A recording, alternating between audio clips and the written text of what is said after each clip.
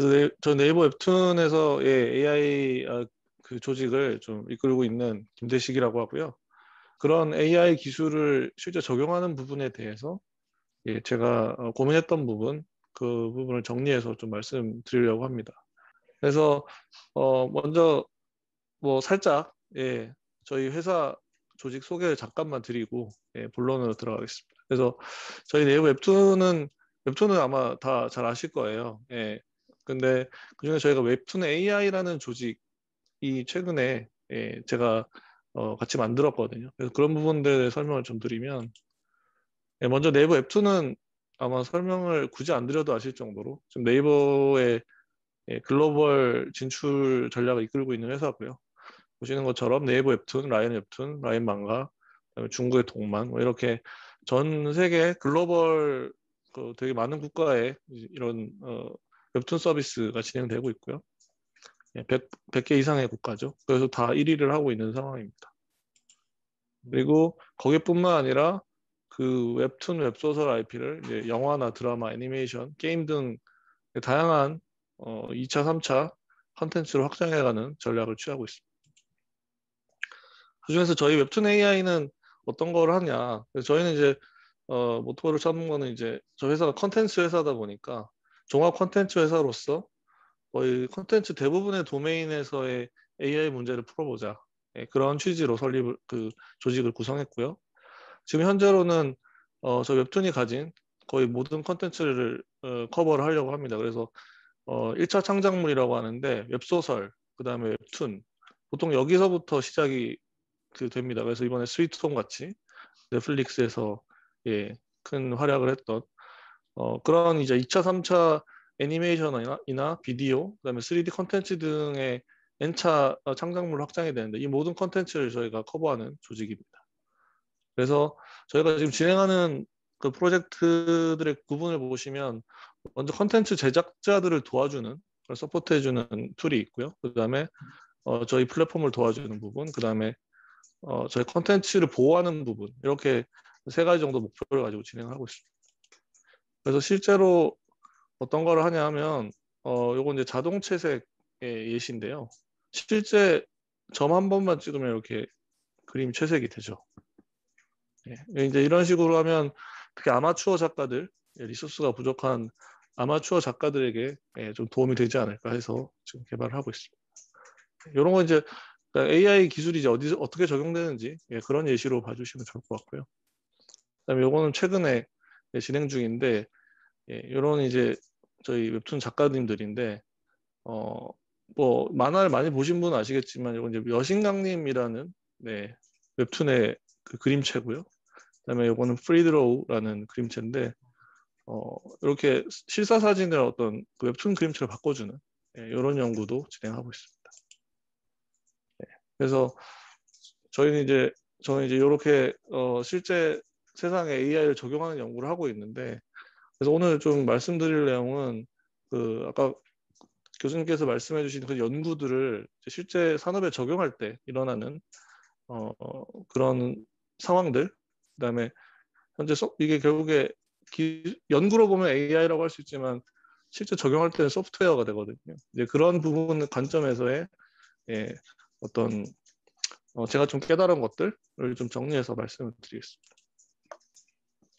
현재 AI 산업은 연구도 사실 아직 초기는 지났나요? 한참 10년 정도 된 연구 분야고요. 근데 산업 쪽은 진짜 초기입니다. 사실 거의 적용한 지가 한 5년 이내라고 보이는데요. 알파고가 2016년이었죠. 네, 그 이후로 사실 거의 촉발이 됐으니까 한 5년 정도 이하의 되게 얼리 스테이지의 상황인데요. 네, 그래서 이분이 이제 그 테슬라의 AI 디렉터죠. 안드레 카파티라는 굉장히 연구도 잘하셨고 그 스탠포드의 그 유명한 강의 CS231인가요? 네, 그 강의를 맨 처음에 만드신 분이었는데요. 이분이 테슬라를 하면서 정의를 했던 게 이제 소프트웨어 2.0이라는 이런 식의 정의를 하셨어요. 그래서 그 전에 우리가 알고 있던 소프트웨어의 이제 다음 단계로 정의를 할 수 있겠다. 네. 그래서 어떻게 소프트웨어를 쓰는지에 대해서 펀더멘탈 시프트가 일어난 것이다라고 정의를 해주셨는데 저는 이제 이런 관점에 대해서 좀 동의를 하는 면이 있어서 이런 관점 베이스로 좀 설명을 드리겠습니다.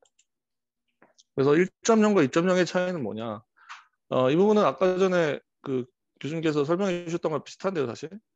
연역법이라고 하죠. 어떤 티오리에서 어떤 실제 하위로 그 문제들이 나오는 그런 방법인데 이제 귀납법은 옵저베이션을 통해서 다시 티오리가 만들어지는 방식입니다. 근데 저는 이제 그런 면에서도 소프트웨어 같다고 생각을 하는데요. 소프트웨어 1.0 같은 경우는 이 개발자가 이 문제를 잘 파악하고 어떻게 풀지 잘 아키텍처링을 해서 문제를 풀어가게 됩니다. 근데 지금 딥러닝 기반의 어떤 아까 보셨던 그 뭐 채색을 한다든지 그런 문제들도 그렇게 해서는 풀 수가 없거든요. 그래서 실제 수많은 그 스케치와 채색 그 페어를 가지고 그 옵저베이션들을 가지고 이제 문제를 풀어가게 됩니다. 그런 면에서 소프트 2.0이 1.0보다 이제 훨씬 좋은 캐패시티를 보여주게 됩니다. 그래서 현재 소프트웨어를 푸는 방식은 뭐 이렇게 요약을 하자면 이렇게 됩니다. 그래서 보통 현업에서는 어떤 리퀘어먼트가 오면 어떤 걸 풀어야 되는 문제가 오는 거죠, 대부분. 그다음에 그걸 분석을 해서 디자인을 해서 코딩을 하고 테스팅하고 이렇게 루프를 돌아서 잘 되면은 이제 안착이 되고 메인터넌스를 하는 문제인데요. 대부분 방식은 이제 탑다운 방식입니다. 그래서 일단 문제에서부터 나오는 어떤 사람이 깨달은 방식부터 나오는 건데요. 사전 도메인 지식이 그래서 굉장히 중요합니다. 그래서 이 업계는 이 문제를 굉장히 잘 알아야 되고요. 그다음에 가장 그래서 또 잘 하시는 아키텍처 하시는 분이 계셔야지 효율적인 구조를 디자인할 수 있겠죠.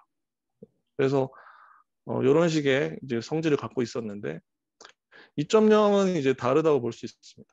아까와 이 같은 방식 중에 결국 데이터가 들어가는 거죠. 아까 사람은 데이터를 내재적으로 학습을 했던 그 사람이 어쨌든 판단을 하는 건데 소프트 2.0에서는 이런 데이터 프로세싱이나 모델 익스피리언스 같은 이런 단계들이 이제 들어가게 됩니다. 그래서 어떻게 보면 리퀘어먼트가 왔을 때 바로 이제 어떤 모델 디자인으로 들어가는 것이 아니고요.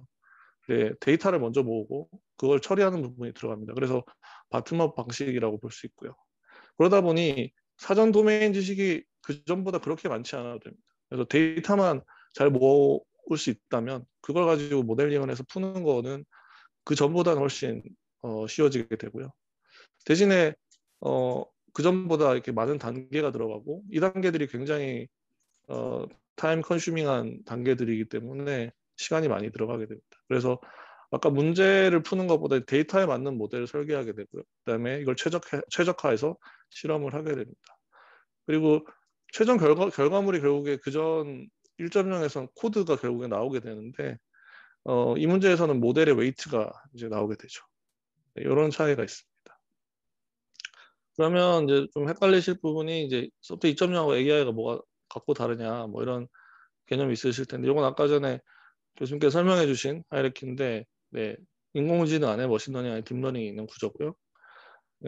이것도 아까 설명해 주셨던 내용인데 머신러닝 예전 트래디셔널 머신러닝은 피처 익스트랙션 하는 부분이 사람이 해주는데 딥러닝을 보면서 모든 게 다 모델이 이렇게 해주게 되는 상황이고요. 그래서 어쨌든 요런 결과가 이제 의미가 있는지를 이제 실험적으로 증명을 한 거죠. 보시는 것처럼 퍼포먼스가 거의 지수 함수급으로 증가를 하고 있는 실제 결과를 보여주고 있습니다. 그래서 결국 이 차이가 뭐냐? 그리고 풀 수 있는 문제의 그 캐패시티가 올라간 거죠, 사실.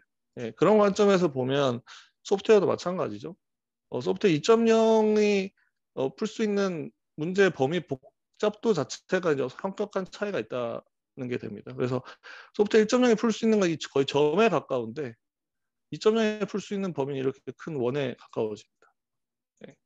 그래서 이 결국에 풀 수 있는 실전 문제를 풀 수 있는 그 캐파의 차이가 굉장히 크기 때문에 실제 지금 새로운 문제를 만들어서 그건 이제 학계부터 시작이긴 하죠. 새로운 문제 계속 이제 도전할 수 있는 상황이고요. 요거는 이제 기존과 다르게 이제 2.0은 코딩 이야기보다는 옵티마이제이션 방법으로 답을 찾아가게 되죠. 네, 그래서 뭐 예를 들어 설명을 드리면 이제 차가 주차했는지 안 주차했는지를 만약에 찾아야 되는 소프트웨어라고 하면 예전 방식은 뭐 박스가 움직였냐 안 움직였냐 뭐 23초 동안 20픽셀이 움직였냐 뭐 이런 조건을 막 줘야 되는데 이제 사실 딥러닝으로 풀게 되면 그냥 이미지를 던져주고 그냥 찾게 해도 되는 상황이 되는 거죠. 이게 전형적인 둘 간의 캐파의 차이가 될 수도 있고요. 그리고 사실 이 방법은 뭐 보셔서 아시겠지만 틀릴 확률이 굉장히 높겠죠. 네.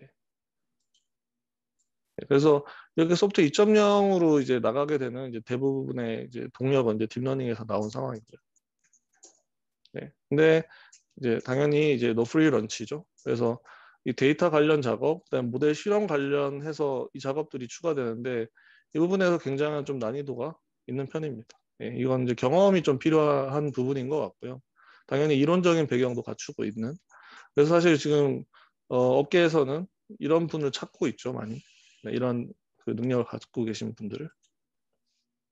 그래서 2.0을 도전하는 부분에 대해서 이건 이제 회사 측에 좀 설명을 할 수 있는 부분인데 이게 그냥 공짜로 되는 건 아니고요, 당연히. 그래서 기존보다 많은 리소스가 들어갑니다. 이 두 가지 작업을 하기 위해서 사람을 많이 뽑아야 되고요. 그다음에 데이터를 모으고 뭐 그걸 만들기 위한 리소스가 많이 들어가게 됩니다. 그런 부분을 고려해야 되고 그리고 훨씬 어려운 문제를 풀기 때문에 그럼에도 불구하고 100%도 좋은 결과가 나온다는 보장은 없습니다. 그래서 좀 높은 불확실성을 가지고 있는 그런 단계에 어떻게 보면 좀 진화된 버전이긴 하지만 그만큼 더 어려워진 그런 문제를 푸는 거죠. 네, 그래서 패러다임이 이제 시프트 됐다. 단순히 연구뿐만 아니라 실제 이 소프트웨어를 적용하는 이 실제 상용화 시장에서도 예, 패러다임이 바뀌었다고 볼 수 있을 것 같습니다. 소프트웨어를 이제 프로젝트를 진행하는 이제 프레임워크인데요. 이제 어떤 컨셉을 잡고 그다음에 문제를 디파인하고 계획을 한 다음에 그다음에 실행을 하고 이제 퍼포먼스 등을 컨트롤 이제 평가 등을 하고 마무리를 하게 되는데 기존하고 좀 달라져야 된다고 제가 좀 느꼈던 부분이 이제 이 디파인하는 부분이 굉장히 중요하다는 거. 왜냐하면 앞서 말씀드렸다시피 리소스가 굉장히 차이가 있거든요. 예. 기존에 소프트웨어 업계에 계셨던 분들이 계시면 아시겠지만 멤먼스라고 하는 사람 몇 명 쓰고 얼마 쓴다 이런 걸 정해서 리소스를 산정하게 되는데 이 딥러닝 기반의 소프트웨어 2.0 프로젝트는 이렇게 세기가 굉장히 힘들어졌습니다. 왜냐하면 굉장히 언설튼한 이제 문제를 풀기 때문에 타임이 또 언설튼한 거죠. 그렇게 되면 이제 리소스가 얼마만큼 들어가야 되는지, 어떤 사람이 얼마나 필요한지에 대해서 처음에 굉장히 그걸 프레딕션 하는 게 굉장히 어렵습니다. 네.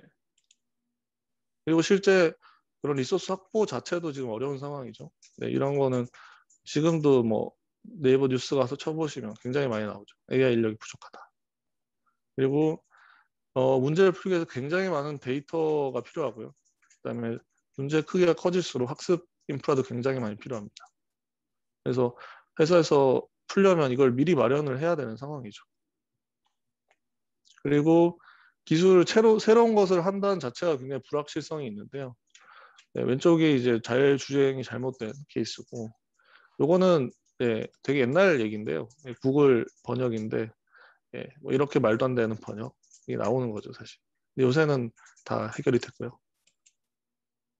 네, 그래서 실제 지금 AI 업계가 아직 성숙하지 못하다 보니까 이렇게 실제 지식이 부족한 상황이고요. 산업계에서 특히 이런 우리 같은 엔지니어가 아닌 분들은 그다음에 과도한 환상이 있습니다. 근데 회사다 보니 낮은 불확실성과 높은 효율을 요구하게 되죠. 그러니까 이 세 가지가 사실은 지금 현재가 좀 상충한다. 예, 그렇게 보시면 될 것 같습니다. 그래서 지금 산업에서 보유한 리소스가 뭐 이 정도라면 사실 필요한 건 여기 있는 거죠. 그래서 큰 갭이 존재하는 상황이죠. 그래서 아까 처음에 말씀드렸다시피 이 프로젝트를 디파인하는 법이 굉장히 중요해졌어요. 그래서 아마 일을 해보신 분들은 이해하실 거고 학생분들은 뭐 그런가 보다라고 좀 그냥 이해해 주시면 될 것 같은데 산업 관점에서는 이제 결국에 데이터가 저희가 기본이 되기 때문에 그 데이터 매니지먼트의 난이도가 좀 고려돼야 되고요. 그다음에 이 기술을 만들면 끝이 나는 게 아니라 이 돈을 들여 만든 거가 어떻게 적용될지에 대한 명확한 비즈니스 시나리오가 있어야 됩니다. 그렇지 않으면 여태까지 아마 들어보셔서 아시겠지만 뭐 한다고 했지만 없어진 그런 기술이 굉장히 많죠. 네, 뉴스는 많이 나왔지만 그런 게 다 이런 시나리오가 없이 그냥 만들어서 그런 거고요. 그다음에 기술 관점에는 우리 같은 기술자들은 데이터의 분포가 실적용 데이터의 분포가 얼마나 비슷한가 뭐 이런 것들을 고민을 좀 해야 되고요. 이 말은 무슨 말이냐면 지금 학습을 열심히 돌린 데이터가 이렇게 생겨 먹었는데 알고 보니 실제 적용했더니 저렇게 완전히 다른 데이터가 들어오고 있는 거죠. 그렇게 되면은 사실 이 모델이 이 데이터 문제를 풀어줄 가능성이 굉장히 떨어집니다. 그리고 거의 아직 학계와 이제 산업계가 많이 분리가 안 된 상황이다 보니 이런 학계 트렌드를 쫓아가는 부분도 굉장히 필요한 그런 상황입니다. 그래서 이 부분을 좀 이해하기 쉽게 말씀드리려고 좀 예시를 들어봤는데요. 단순하게 이제 기술 난이도, 그다음에 산업 적용 난이도로 나눴을 때 이렇게 4가지 종류의 어떤 구분이 나올 수 있는데요. 먼저 산업 적용도 좀 쉬워 보이고 기술적 난이도도 낮은 문제인데 지금 예를 들어 드릴 수 있는 건 이제 얼굴 인증 출입 통제 시스템이죠. 이게 공항에서 도입된다고 했고 뭐 실제로 많이 써보셨을 거예요. 근데 이런 문제는 산업 관점에서는 어떤 게 쉽냐 하면 보시는 것처럼 사람들이 얼굴을 이 카메라에 갖다 대는 그 방식이 굉장히 비슷합니다. 각도도 비슷하고. 그러면 들어오는 그 경험 자체가 굉장히 비슷한 거죠. 이걸 굳이 안 알려줘도 될 정도로 알 수 있는 거니까. 그래서 제가 봤을 때는 데이터 관점에서도 굉장히 매니지먼트가 쉽고요. 그 다음에 어떤 사용자가 이걸 인식해서 풀기도 실제 비즈니스에 적용하기도 굉장히 좋은 문제라고 보였고요. 그 다음에 기술 관점에서도 연구 학계에서도 지금 얼굴 다루는 문제가 굉장히 잘 풀려 있습니다. 가장 많이 풀려 있고 가장 그 성공률이 좋은 상황입니다. 그다음에 얼굴은 크게 예외가 없습니다. 다 인종에 따라서도 굉장히 비슷한 뭐 눈의 위치나 코의 위치, 입의 위치가 비슷하기 때문에 예외가 없는 상황이죠. 그래서 이런 2가지 관점에서 굉장히 어떻게 보면 허들이 낮은 상황이기 때문에 이렇게 거의 아무런 큰 오류 없이 사용을 하고 있는 거죠. 네.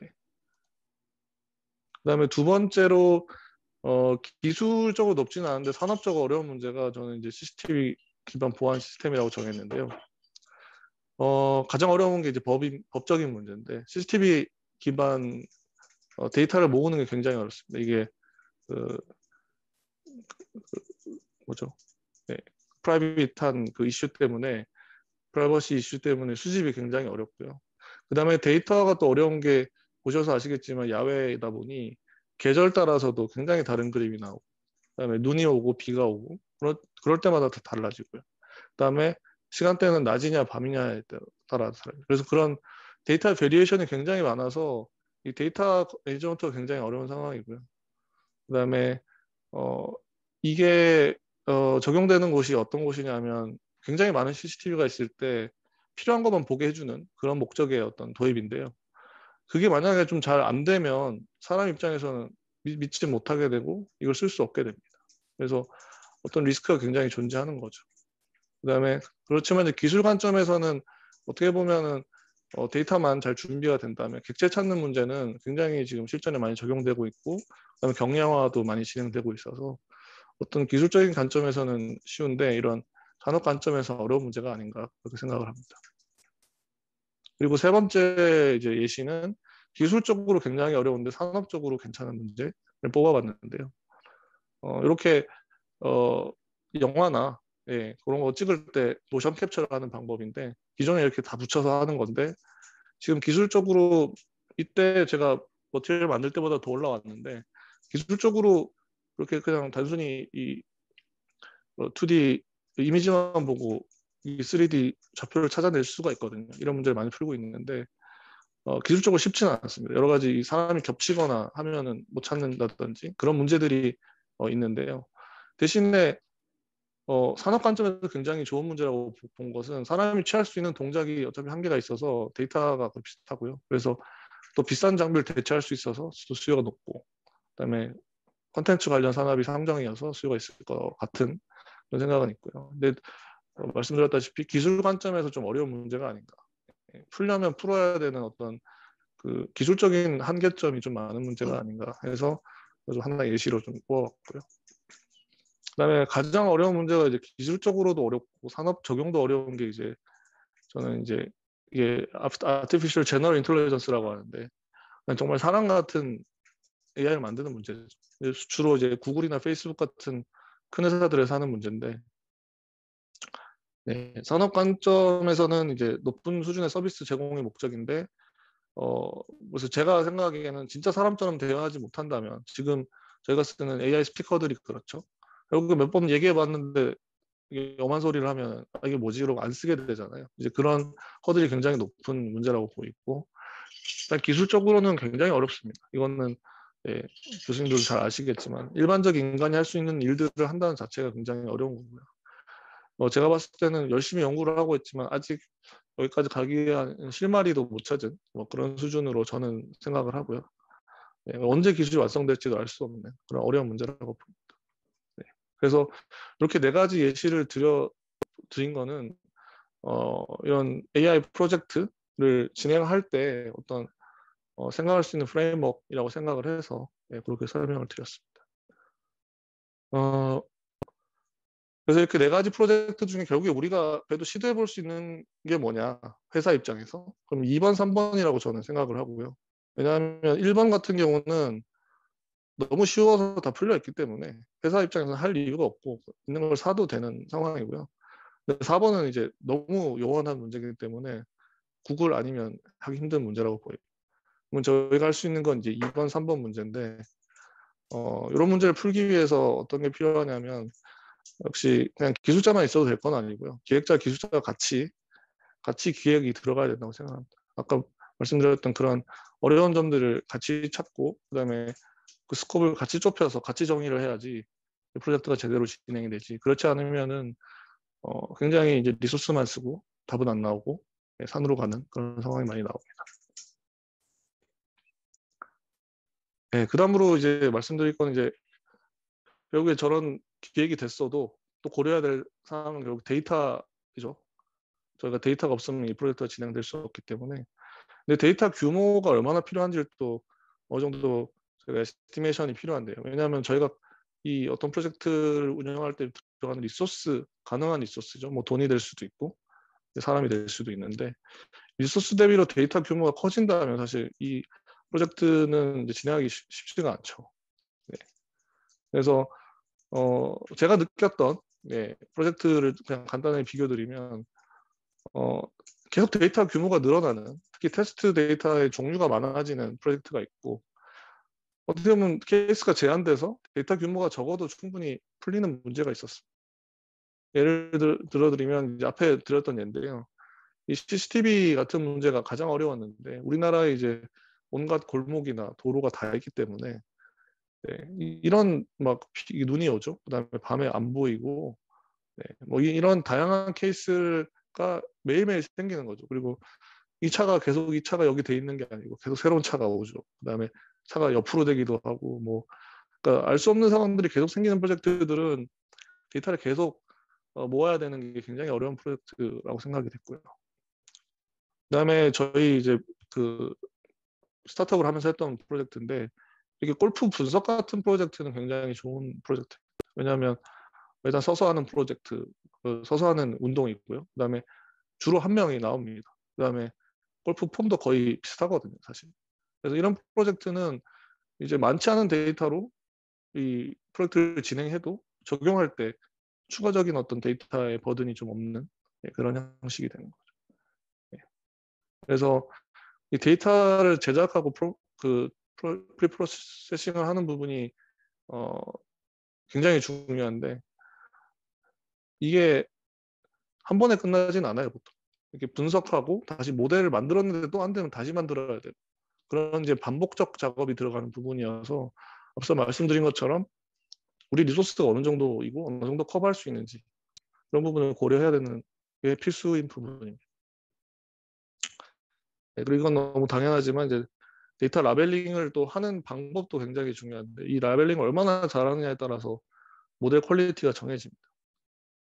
네, 그래서 이것도 이제 실전에서 제가 느꼈던 건데 이렇게 사람이라는 걸 찾고 싶은데 이렇게 머리가 잘리면 사람을 볼 것이냐 안 볼 것이냐 등등의 문제가 생기는 거죠. 이제 하다 보면. 네, 그래서 이게 만약에 이 사람을 머리를 자르는 거를 하자고 하면 어떤 일이 일어나냐면 사람처럼 생기겠는데 머리가 없는 사람처럼 생긴 어떤 다른 어떤 물체가 있으면 그걸 사람을 잡아버리게 되겠죠. 네, 그렇게 가르쳐줬으니까. 네. 그래서 우리 차도 굉장히 어려웠는데요. 이렇게 애매한 차들이 있어요. 네. 세상에 차의 종류가 굉장히 많다는 걸 알았는데 네, 이런 거를 그럼 카테고리를 또 새로 세부로 나눠야 하는 것인가, 아니면 어디 합쳐야 되는 것인가, 뭐 이런 이제 모델러와 이제 레블링 하는 분 간의 커뮤니케이션이 굉장히 필요합니다. 그래서 아까 말씀드렸다시피 이 부분에서 굉장히 많은 루프가 돌아가는 거죠. 루프가 돌 때마다 리소스는 들어가는 거고요. 그래서 가장 중요한 실전에 중요한 건 이제 데이터가 굉장히 중요하다. 뭐 이런 거를 제가 좀 깨달아서 말씀드렸고요. 그리고 이렇게 만든 모델이 이제 실행되는 거 부분인데요. 요거는 이제 카파시티가 만들어 놓은 피규어인데 2.0 앞에서 말씀드린 소프트웨어 2.0만으로는 소프트웨어가 돌지는 않아요. 그래서 이게 자율주행차의 어떤 소프트웨어라고 하면 이렇게 핸들을 돌리고 가속하는 이런 결론을 위해서 이 카메라랑 그다음에 음속 이렇게 그 센서가 있거든요. 그다음에 레이더가 있고 이런 이제 센서들의 정보를 넣어줬을 때 이런 결과를 내서 자율주행을 하게 되는데 단순히 2.0만으로는 안 된다는 게 이제 이번에 설명이고요. 당연히 기반에 1.0 코드들이 깔려 있고 그 위에 2.0이 얹어져 있는 상황이죠. 그래서 실제 우리가 연구를 해서 만들어내는 이 캐패시티가 높은 그런 핵심적인 모듈들은 1.0 코드 위에서 보통 들어가게 됩니다. 그래서 이 부분에 대해서도 이제 제가 느꼈던 부분은 모델 디자인부터 이제 문제 데이터를 고려해서 해야 되고요. 그 다음에 굉장히 많은 실험을 해야 됩니다. 이 부분에서. 그 다음에 실험을 해보고 테스팅하고 다시 안 되면 돌아오고. 그 다음에 이런 부분에 대해서 굉장히 많은 실험을 해야 되고 여기서 또 안 되면 또 다시 데이터까지 돌아가야 돼요. 그런 상황이 일어납니다. 네. 그런 게 실제 이제 AI 문제를 실전에서 풀어가는 방식이고요.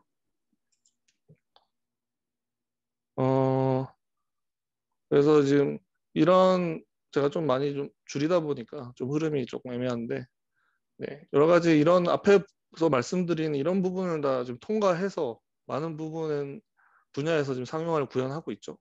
자율주행이나 의료, 농업 등등에서 하고 있는데 뭐 예시를 이제 보여드리면 가장 뭐 잘 아시는 게 자율주행일 것 같아요. 그래서 실제 아까 교수님 말씀하셨다시피 저는 이미 기술적으로는 되는 수준으로 생각을 하고요. 이제 법적이나 뭐 어떤 인간의 문제가 껴있는 거지 기술적으로는 현재 거의 가능하지 않나 하는 생각이 들고 있습니다. 그래서 뭐 앨런 머스크도 트윗에 맨날 올리는데 아마 곧 또 다른 버전이 나온다고 하더라고요. 보시는 것처럼 그 주변 상황을 인식해서 디시전을 내리고 가는 이런 작업에 대해서 거의 많은 문제가 풀려 있지 않나. 지금 이 부분은 가장 상용화에 앞서 있는 분야가 아닌가 그런 생각을 합니다. 네. 그리고 뭐 요거는 이제 페이스북에서 했던 건데 만약에 이 둘이서 이제 지금 줌처럼 대화를 한다고 했을 때 실제 얼굴을 볼 수 이렇게 화면을 보는 것 말고요. 이렇게 어떻게 보면 버추어 아바타를 만들어서 서로 얘기를 하는 거거든요. 근데 보시는 것처럼 이 소리를 듣고 사실 이 모델이 움직이고 있어요. 그래서 이런 문제도 지금 AI로 푼 문제인데 굉장히 상용화에 가까워 있는 것 같고요. 나중에 이렇게 되면 가상 세계에 이제 두 화자가 들어가 있고 근데 서로 보는데 얼굴이 굉장히 리얼한 거죠, 사실. 이렇게 쓰고 있는 얼굴이 아니고 진짜 얼굴이 보이는 상황이죠. 이런 문제들도 좀 가까워져 있는 문제로 보입니다.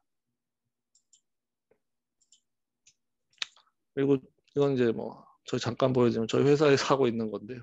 네, 웹툰을 이제 뭐 애니메이션화 한다든지 뭐 이런 부분에 대해서 굉장히 많은 코스트가 들어가는데, 보시는 것처럼 저희가 이제 내부적으로 개발하고 있는 엔진들은 그냥 단순히 이미지만 넣으면 이렇게 모션을 따라하는, 표정을 따라하는 이런 것들도 지금 진행하고 있습니다. 예. 그래서 뭐 제가 좀 두서없이 말씀드리긴 했는데, 네, 지금 실제 이제 산업에서 AI 적용하는 그런 부분에 대해서 굉장히 많은 기사도 있고 뭐 뭘 한다는 많지만 실제 적용돼서 체험해 본 것들이 많지는 않으실 것 같아요. 네, 그런 면에서 왜 안 되고 왜 되는지 그런 부분에 대해서 한번 좀 느껴보셨으면 하는 바람에서 준비를 해봤습니다.